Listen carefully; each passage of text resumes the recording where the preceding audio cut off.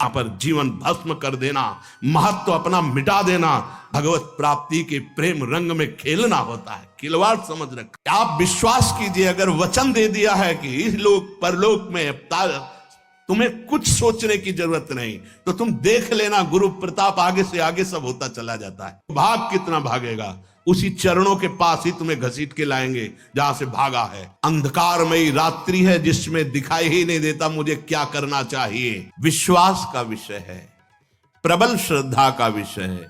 अगर मान लो तो निहाल हो जाओगे, खुद देख लेना। बंद करो ये तर्क वितर्क, ये बड़ा सूक्ष्म विषय कह रहे हैं। ये तर्क वितर्क बंद करो, मुझे ये करना है, ये करना है, ऐसा ऐसा। बड़ा भगवान का विचित्र खेल है कि हम आए ही हैं केवल भगवत प्रेम प्राप्ति के लिए। मानव देह मिला ही भगवत प्राप्ति के लिए। मानव देह प्राप्त होकर सत्संग मिला, भगवत कृपा। इसका फल है भगवत अनुराग, भगवत प्रेम। अपने जन चाहे वो विरक्त मार्ग से चले या गृहस्थ मार्ग से, दोनों का लक्ष्य भगवत प्राप्ति ही है। पर बड़ा विषम भाव जागृत हो जाता है। जब सुनने को मिलता है तो हृदय में लगता है कि ये माया का भ्रम कैसे बैठ गया। बहुत अच्छे साधक में एक नवीन वासना जागृत होती है, मैं जगत का कल्याण करूंगा।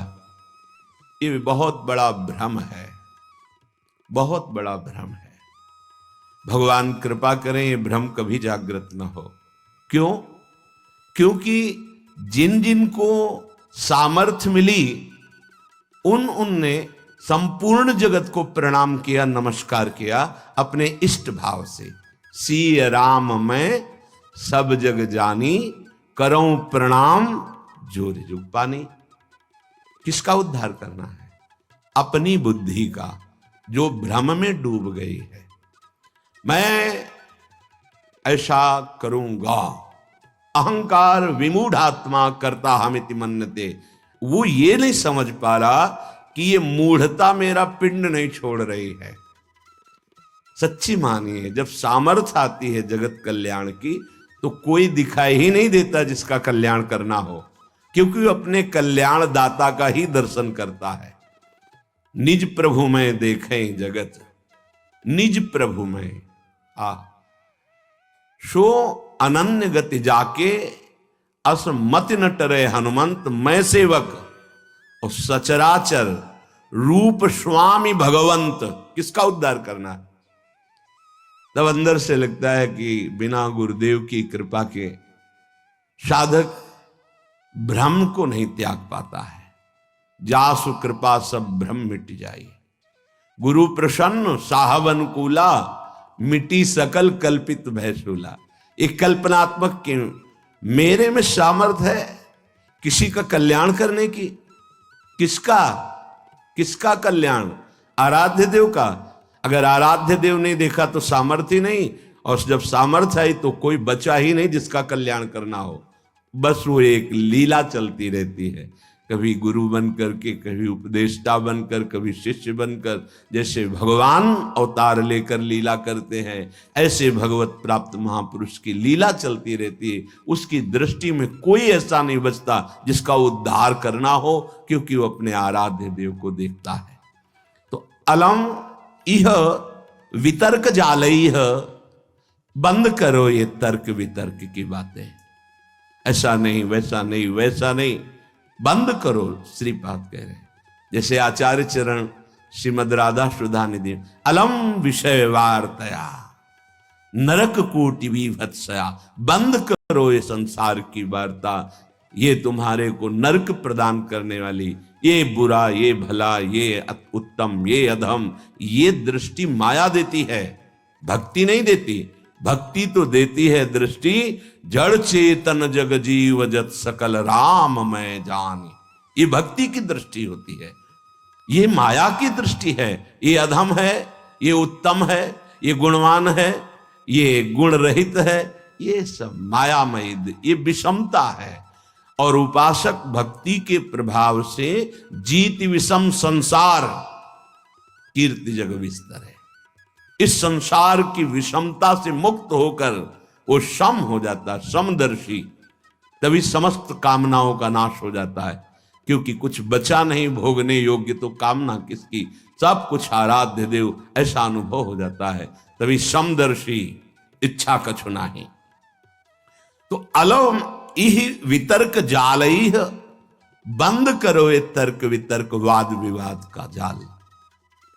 क्या करना है? बोले सहसई वाछिद मोह जालानी। तुम्हारे हृदय में ये जो मोह जाल माया ने फैलाकर तुम्हें बांध लिया कि ये अपने, ये पराये, ये मैं कर सकता हूं, ये मैं करूंगा, ये मैंने किया, ये तुम्हें अज्ञान अविद्या का जाल बांध चुका है। तुम इसे सहसा काट नहीं सकते हो।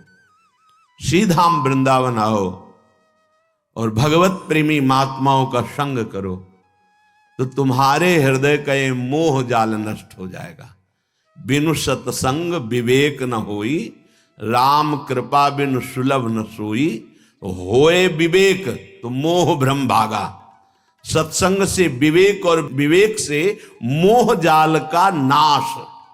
मान लो, गुरु के वचनों पर अटल विश्वास कर लो, सब बात बन जाएगी। तर्क वितर्क की जरूरत नहीं है। ये भाव का विषय है, विश्वास का विषय है, प्रबल श्रद्धा का विषय है। अगर मान लो तो निहाल हो जाओगे। खुद देख लेना, संत समागम से जब तुम्हारा हृदय पवित्र होगा, तब क्रमशः उत्थान होता है या सीधे उत्थान, ये तो आराध्य देव जाने कि क्रमशः उत्थान कराते हैं या सीधे स्थिति प्रदान करते हैं, ये उनके ऊपर है। वो किसी पतित को सीधे महान जीवन मुक्त बना सकते हैं। लोगों की धारणाएं होती, जैसे किसी से कोई गलती हो गई तो जीवन भर इस बात को देखते हैं कि ये वही है जिसने वो गलती की थी। नहीं, कल गलती हुई थी, आज आराध्य देव की कृपा हो गई तो जीवन मुक्त हो जाएगा वो। इसीलिए कभी किसी की गलती को देखकर सदैव उसे दोषी नहीं मानना चाहिए। क्यों? क्योंकि ये फिसलन का मार्ग है, किसी से भी फिसलन हो सकती। इसका मतलब वो गिरा ही पड़ा रहेगा, ऐसा नहीं। गुरु कृपा पात्र, हरि कृपा पात्र, ऐसे नहीं होते।